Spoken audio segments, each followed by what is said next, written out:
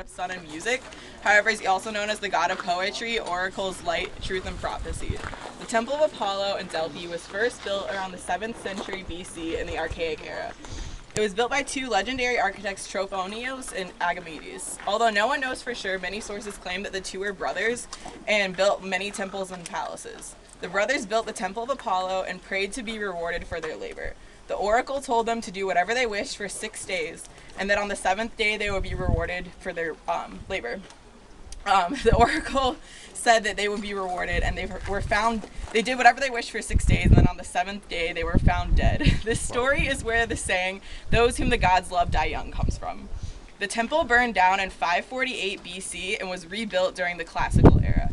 It was named the Temple of Aklamonde after the Athenian family that raised the funds for its construction as well as oversaw it. Many people came to aid in helping to reconstruct the temple, and it was finally completed once again in 500 BC. The temple was destroyed again by an earthquake in 373 BC.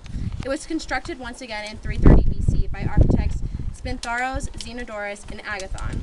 Sculptures were created in the temple by sculptors Praxias and Androsthenes.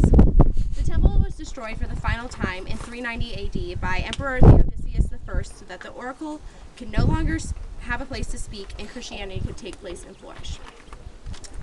The temple was created 21.6 meters by 58.2 meters, which is smaller than the Parthenon in Athens. The Adyton, or the seat of the oracle in the temple, measured in at 2.7 meters by 3.7 meters.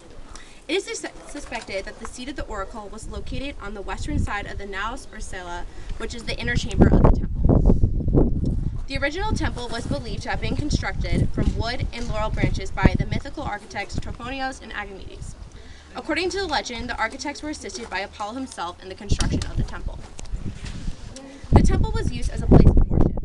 It was constructed with Doric columns. It had a roof and seating. The oracle had her own seat in the temple. It is one of the most important Pan-Hellenic sanctuaries, which means that it was not controlled by one city-state, but rather Greeks from all over came to worship. And the temple itself was created in the Doric style with 6 columns in the front and then 15 columns flanking either side.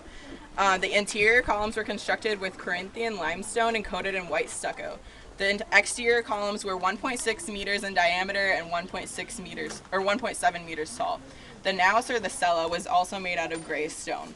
The ceiling was thought to have been constructed of marble, mimicking the Parthenon. And then this is what is left of the Apollo today. Great.